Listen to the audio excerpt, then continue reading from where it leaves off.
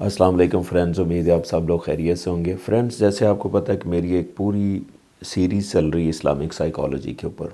अब Islamic psychology का मतलब ये है कि जितनी भी आपकी इस्लाम के अंदर प्रैक्टिसेस हैं या एज ए मुस्लिम हम प्रैक्टिस करते हैं, उनका सवाब जो है वो अपनी जगह है, या उनके दूसरे जो बेनिफिट्स हैं, रूहानी बेनिफिट्स हैं, वो अपनी जगह है।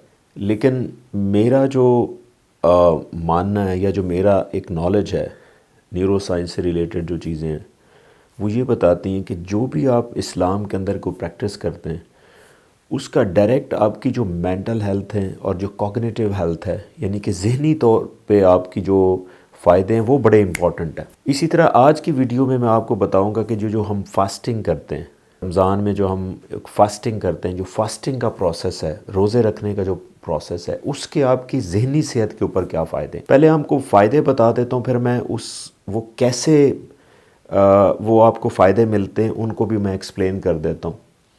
अब इसमें सबसे जो इम्पॉर्टेंट है आपकी ज़हनी जो फ़ायदे हैं वो ये हैं कि आपकी जो कॉग्निटिव हेल्थ है वो इम्प्रूव होती है। कॉग्निटिव हेल्थ का मतलब है आपकी डिसीजन मेकिंग है, आपका प्लानिंग है, रीजनिंग है, फोकस है, लर्निंग है, मेमोरी है, ये चीज़ें आपकी बहुत बेहतर होती हैं। अब उसमें कॉन्सेप्ट क्या है, होता क्या है कि देखें, इसमें 3-4 चीज़ें मैं आपको बताता हूँ कि जब भी आप फास्टिंग करते हैं, सबसे पहले ये होता है कि जब फास्टिंग में ये होता है कि आपके जो ज़ाहिर है आपको फूड नहीं मिल रही होती, तो जो आपका बॉडी का सिस्टम है वो एक प्रोसेस में चला जाता है जिसे हम ऑटोफेजी कहते हैं। ऑटोफेजी का मतलब होता है कि आपकी बॉडी में जितने भी टूटे फूटे सेल्स होते हैं, वो आपका सिस्टम उनको खाने लग जाता है, क्योंकि उसके पास और कुछ नहीं होता खाने के लिए। तो इसका फ़ायदा ये होता है कि आपकी जो ब्रेन सेल्स हैं उनकी क्लिनजिंग होती है। जब तक क्लिनजिंग नहीं होगी, आपके पीछे एक नए सेल्स नहीं आएंगे, नई चीज़ें नहीं आएंगी, नए केमिकल्स नहीं आएंगे। इसका मतलब है कि एक क्लिनजिंग पर्पस जो है जब तक नहीं होता, आपके पास ब्रेन जो है वो ओवर बर्डनाइज फील करता है। जब आपका ब्रेन ओवर बर्डनाइज हो जाता है तो आप में जो डिसीजन मेकिंग है, प्लानिंग है, ये चीज़ें कॉम्प्रोमाइज़ होती हैं, आपकी जो मेंटल हेल्थ है वो कॉम्प्रोमाइज़ होती है। एक तो ये प्रोसेस है।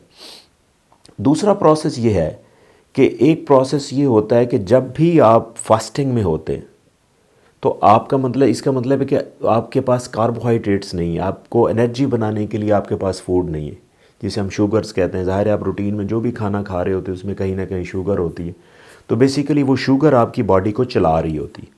जब वो आपको शुगर नहीं मिलती, आप फास्टिंग में होते हैं, तो आपकी बॉडी जो है वो फैट सेल्स खाना शुरू कर देती है, यानी कि वो फैट से एनर्जी लेने की कोशिश करती।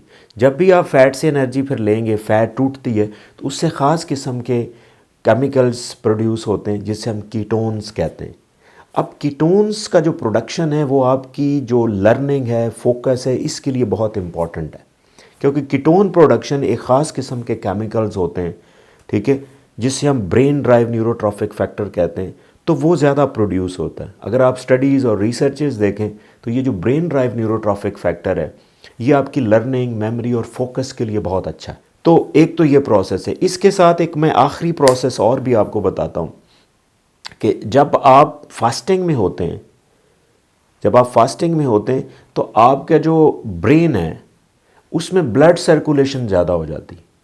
और याद रखिएगा, जब भी ब्लड सर्कुलेशन ज़्यादा होगी आपका ब्रेन ज़्यादा काम करेगा।